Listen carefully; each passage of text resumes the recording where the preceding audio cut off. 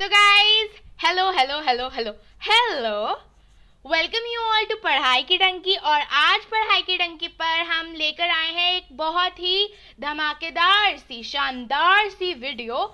आज हम करेंगे class 11th English hornbill book का लेसन 2 अ फोटोग्राफ। और ये क्लास 11th की आपकी सबसे पहली पोएम है।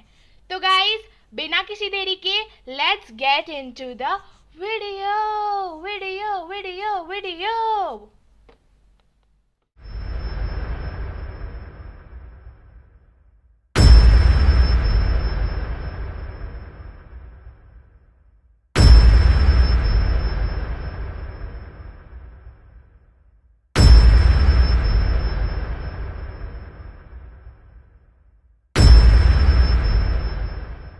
अब हम शुरू करते हैं अ फोटोग्राफ से, जो कि class 11th NCERT hornbill book का चैप्टर 2 है। गाइस ये क्लास 11th की सबसे पहली पोएम है जो कि लिखी है शर्ली टोल्सन ने। So let's begin. The cardboard shows me how it was when the two girl cousins went paddling, each one holding one of my mother's hand, and she, the big girl, some 12 years or so. All three stood still to smile through their hair at the uncle with the camera, a sweet face, my mother that was before I was born, and the sea, which appears to have changed less, washed their terribly transient feet. तो यार ये story है, ये pome जो है ये तब की है जब दो गर्ल कजन्स पैडलिंग करने गई थी। अब पैडलिंग क्या होती है? पैडलिंग बेसिकली शैलो वाटर में वॉक करना, जैसे बीच का पानी होता है ना, वहाँ पर आप आराम से वॉक कर सकते हो, ठीक है। तो ये स्टोरी बेसिकली उस जगह की है, ठीक है। अब नरेटर बताता है कार्डबोर्ड है जिसमें एक तस्वीर चिपकी हुई है।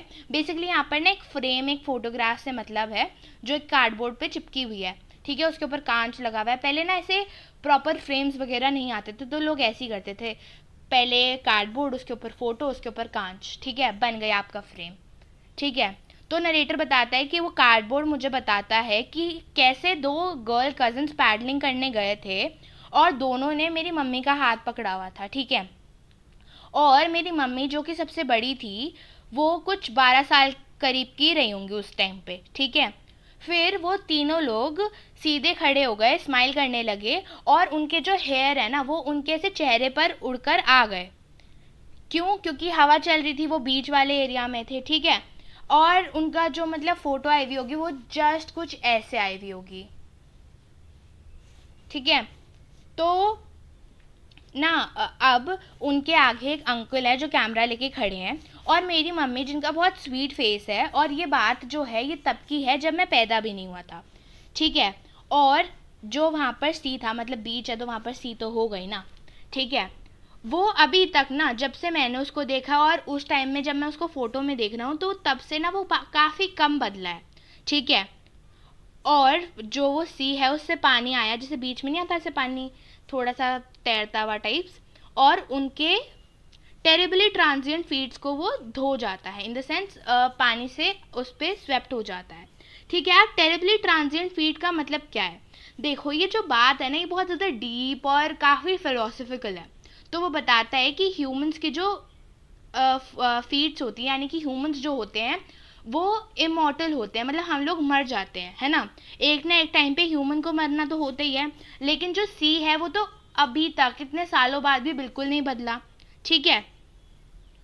Some 20-30 years later, she'd laugh at the snapshot. See Betty and Dolly, she'd say, and look how they dressed us for the beach. The sea holiday was her past, mine is her laughter. Both vary with the labored ease of loss.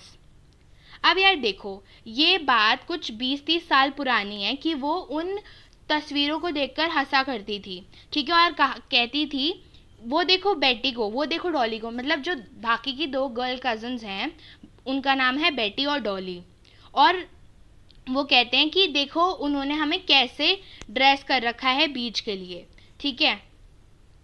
और वो सी holiday थी, हमारी जो सी holiday थी वो, मतलब उसकी mummy की जो वो सी हॉलीडे थी वो मेरी मम्मी का पास्ट है, क्योंकि उन्होंने अपने बचपन में ये ली है।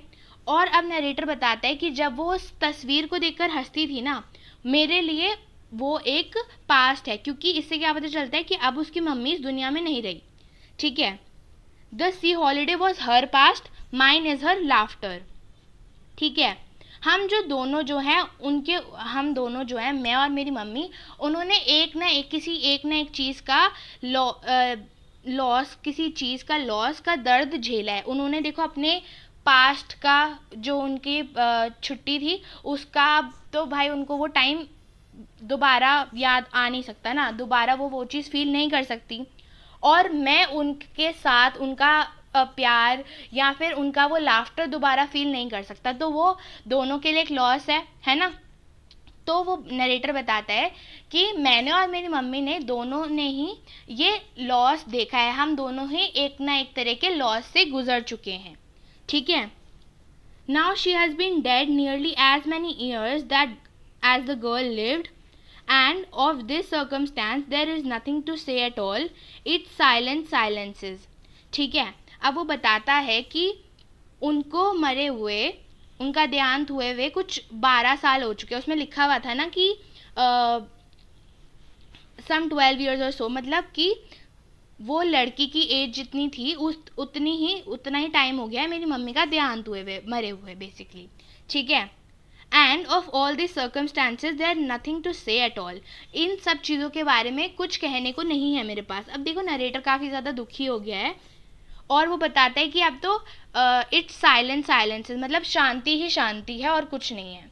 ठीक है, अब हम एक छोटी सी एक्सरसाइज है ये देख लेते हैं।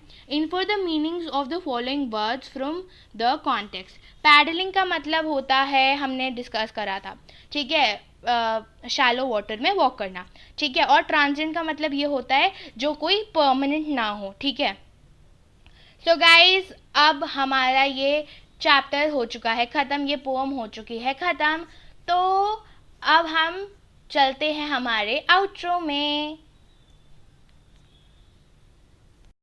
गाइस वीडियो हो चुकी है ख़त्म, बहुत ही शानदार धमाकेदार तरीके से। अगर आपको वीडियो पसंद आई हो, आपको समझ में आया हो, या फिर आपकी कोई भी राय हो इस वीडियो के बारे में, तो प्लीज़ कमेंट डाउन बिलो।